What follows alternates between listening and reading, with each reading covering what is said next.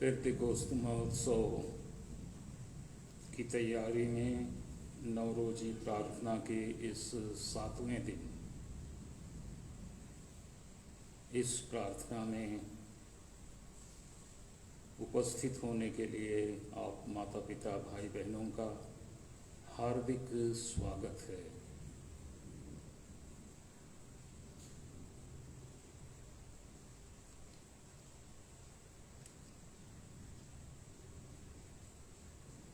प्रभु यीशु इस संस्कार में हमारे बीच साक्षात उपस्थित हैं, रोटी के रूप में, जिन्हें हम अपनी आँखों से और शारीरिक आँखों से स्पष्ट रूप से हम देख नहीं पाते हैं,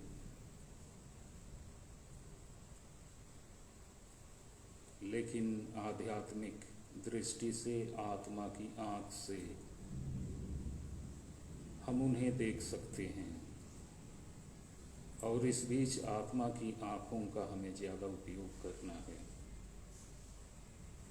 माता पिता भाई बहनों, तैयारी एक ऐसी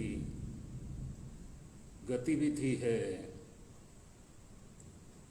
जो जीवन से अटूट रूप से जुड़ी है।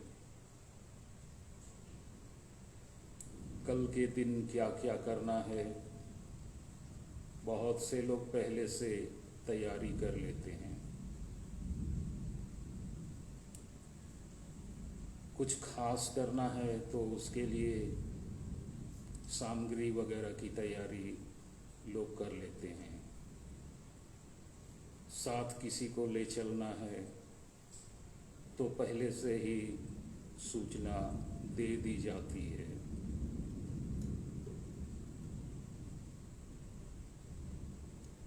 छोटे छोटे कार्यों के लिए भी तैयारी जरूरी है, जैसे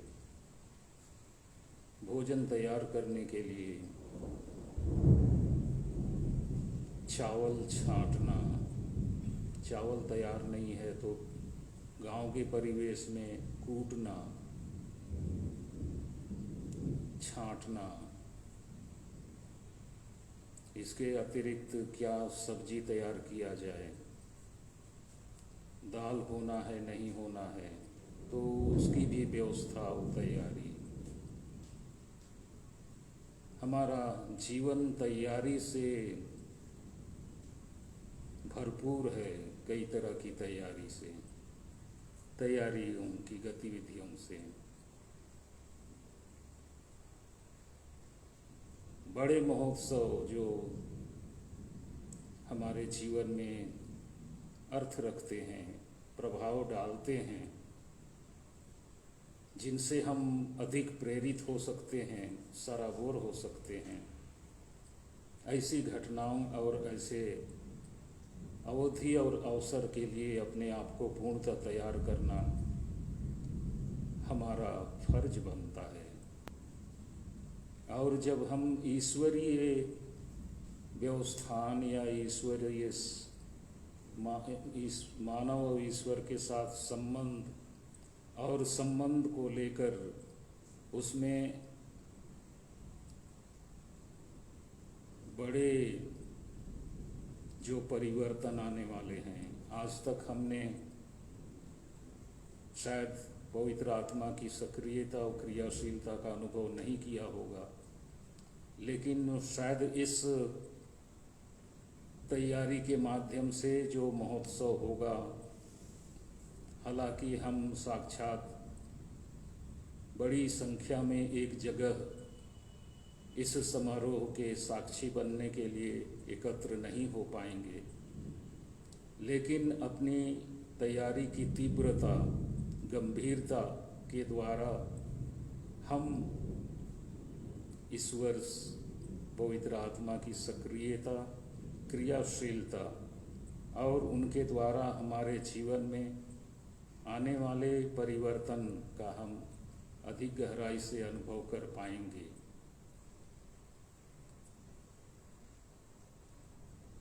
आइए हम इस अल्प अवधि की जो प्रार्थना है उसमें हम सक्रिय सहभागी हों।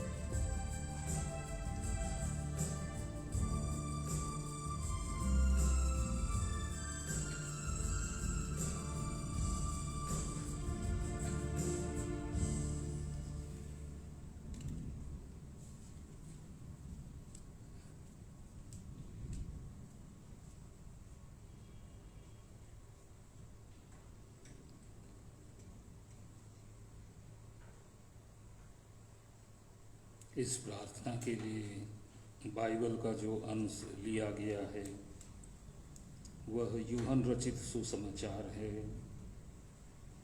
अध्याय 16 पद संख्याएं 12 और 13।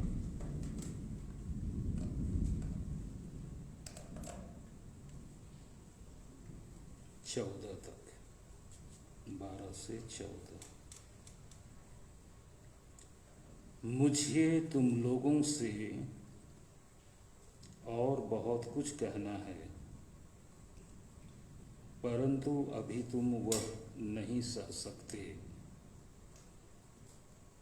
जब वह सत्य का आत्मा आएगा तो वह तुम्हें पूर्ण सत्य तक ले जाएगा, क्योंकि वह अपनी ओर से नहीं कहेगा, बल्कि वह जो कुछ सुनेगा वही कहेगा और तुम्हें आने वाली बातों के विषय में बताएगा। वह मुझे महिमान्वित करेगा, क्योंकि उसे मेरी ओर से जो मिला है वह तुम्हें वही बताएगा। जब वह सत्य का आत्मा आएगा तो वह तुम्हें पूर्ण सत्य तक ले जाएगा, क्योंकि वह अपनी ओर से नहीं कहेगा, बल्कि वह जो कुछ सुनेगा वही कहेगा और तुम्हें आने वाली बातों के विषय में बताएगा।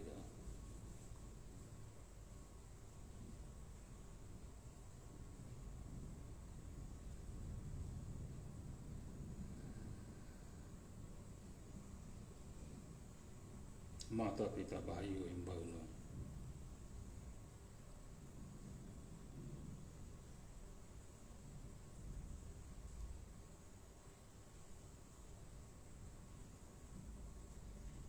एक पिता, परिवार का पिता, परिवार का मालिक, जिसके 2 पुत्र हैं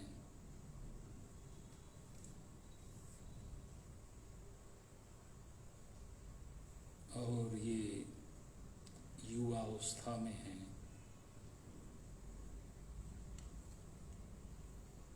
उनका पिता गंभीर रोग से ग्रसित है और उसे आभास लग जाता है कि वह इस रोग से छुटकारा नहीं पाएगा।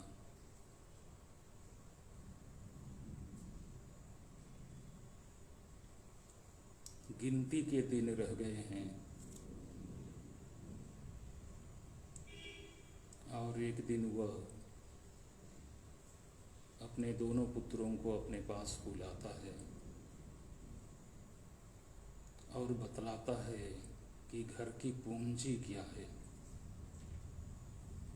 दौलत क्या क्या किस किस रूप में है, किसने कितना उधार लिया है,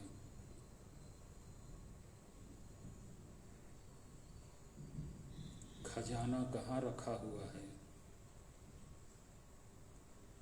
और संपत्ति कहाँ कहाँ है। सबको बारीकी से एक किनारे से अपने बेटों को बताता है और वे चूंकि ये जीवन से संबंधित है बहुत ध्यान से सुनते हैं और जो कुछ बता रहा है कुछ भी वो नहीं भूलते और जल्द उसे नोट कर लेते हैं।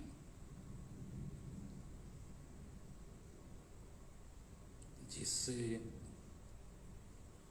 जो भी अमानत है बाप के नाम पर सबका ये समय पर सदुपयोग कर पाएं, अपने जीवन के लिए, विकास के लिए और जो भी हो सामाजिक उत्थान के लिए जैसा बने। तो उनका एक प्रोग्राम बनता है, एक योजना बनती है। प्रभु यीशु अब अपने शिष्यों को छोड़कर जाने वाले हैं। वो कह रहे हैं कि बहुत सी बातें हैं जिन्हें मुझे बताना था, लेकिन मैं नहीं बताऊंगा क्योंकि तुम अभी उतना ग्रहण नहीं कर सकते।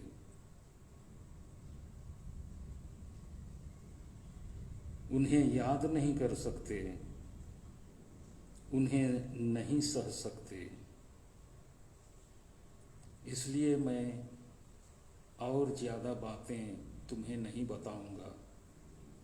हाँ, एक बात ये है कि जो सत्य का आत्मा, पिता द्वारा प्रतिज्ञात आत्मा आएगा तो वह पूर्ण सत्य तक तुम्हें ले जाएगा, क्योंकि वह अपनी ओर से कुछ नहीं कहेगा, बल्कि वह जो कुछ सुनेगा वही कहेगा और तुम्हें आने वाली बातों के विषय में बताएगा।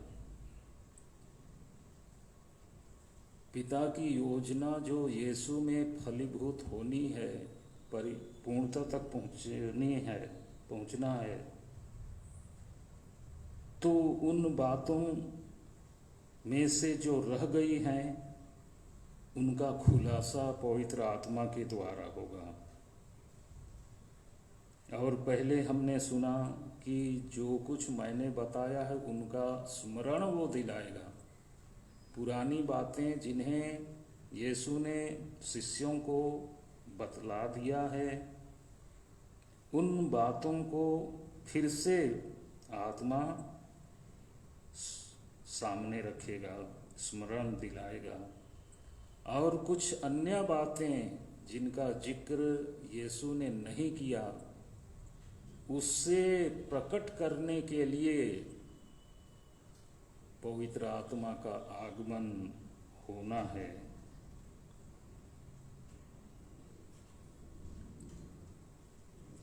एक विशेष बात इसमें जोड़ी गई है कि भविष्य में कुछ कुछ बातें होंगी, अनहोनी बातें, अच्छी बातें या बुरी बातें भी, तो उनके संबंध में ये पहले से ही इन्हें बतला देगा। भविष्य में होने वाली बातों के विषय में ये पहले ही बता देगा। और इसलिए विश्वासी ख्रिस्त के शिष्य सुनिश्चित होकर काम में भिड़े रहें, जुड़े रहें, डटे रहें। हमको अब जानना है ये कोरोना संक्रमण कब तक रहेगा, इससे कितनी क्षति होगी, और इससे दूर रहने, बचने या इस संक्रमण को परास्त करने का उपाय क्या है, वो निश्चित बताएगा। इसके अतिरिक्त यीशु के नाम की महिमा कैसे होगी, वो मार्ग बताएगा, उपाय बताएगा। हमारी अपनी मुक्ति के साथ साथ मानव जाति का कल्याण किसमें निहित है, कितना काम बाकी है, उन कामों को साकार रूप देने का कर्तव्य किसके ऊपर है। वो प्रेरित करेगा हमें अपने आप को उसके कंट्रोल में छोड़ने के लिए हिम्मत चाहिए। पवित्र आत्मा मुझे अपने कंट्रोल में, नियंत्रण में ले ले और इस प्रतिकूल परिस्थिति में, जिसमें अहित और बुराई एक तरह से दिख रही है, उनको दरकिनार करने, उनसे पार लगने, उनसे छुटकारा पाने के लिए पवित्र आत्मा हमारा पथ प्रदर्शन करेंगे।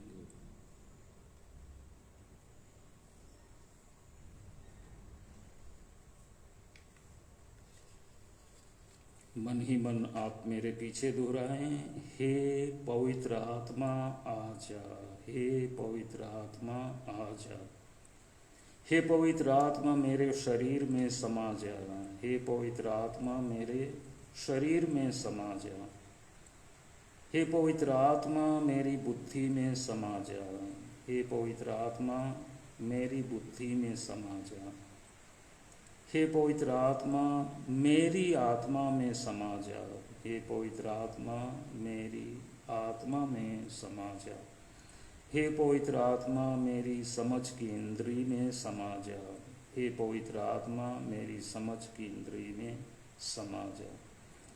हे पवित्र आत्मा मेरी प्रज्ञा में समा जा। हे पवित्र आत्मा मेरी प्रज्ञा में समा जा। हे पवित्र आत्मा मेरी कल्पना में समा जा।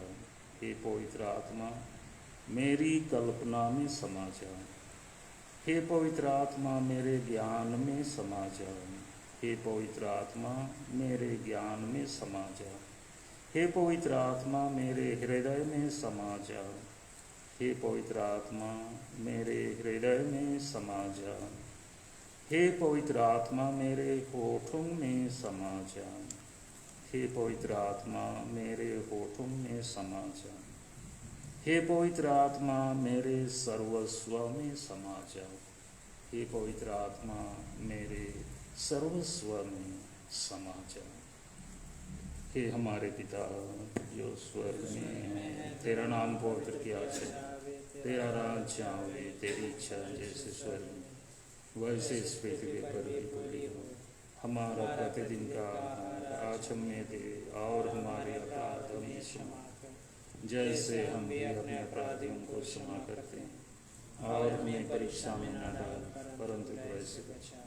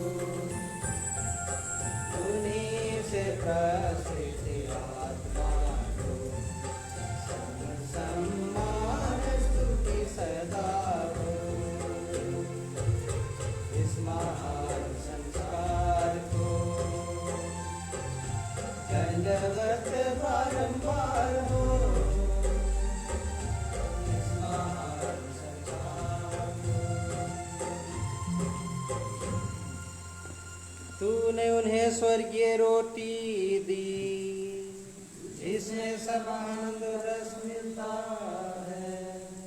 हम प्रार्थना करें। हे परमेश्वर, तूने इस अद्भुत संस्कार द्वारा हमें दुख भोग का स्मारक दिया है। हमें अपने शरीर और रक्त के पवित्र भेद का इस प्रकार आदर करने की कृपा दे कि हम मुक्ति का फल नित्य अनुभव करें। तू जो युगानुयुग जीता और राज्य करता है। आमीन।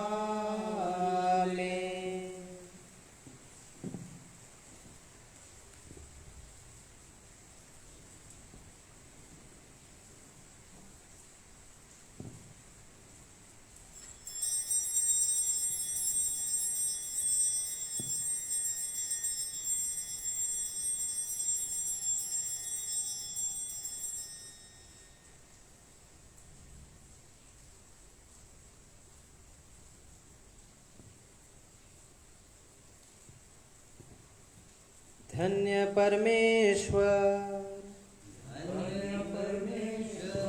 धन्य उसका पवित्र नाम, धन्य यीशु ख्रिस्त सच परमेश्वर और सच मनुष्य। धन्य यीशु का नाम, धन्य उसका अति पवित्र हृदय, धन्य उसका परम मूल्यवान रक्त,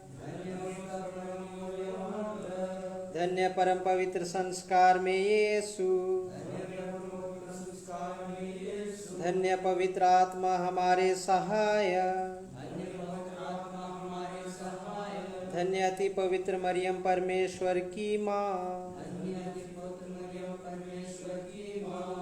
धन्य उसका पवित्र और निष्कलंक गर्भागमन, धन्य उसका प्रतापी उद्ग्रहण, धन्य कुंवारी और माता मरियम का नाम, धन्य उसका अति शुद्ध वर संत योसेफ, धन्य अपने दूतों और संतों में परमेश्वर।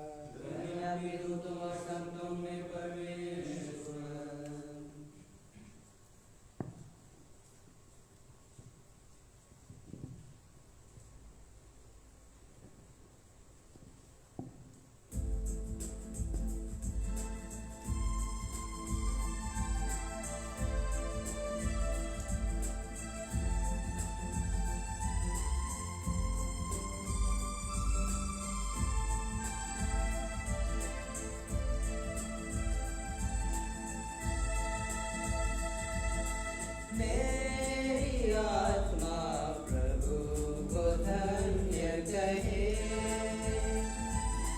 मेरा तन मन उसकी स्तुति करे।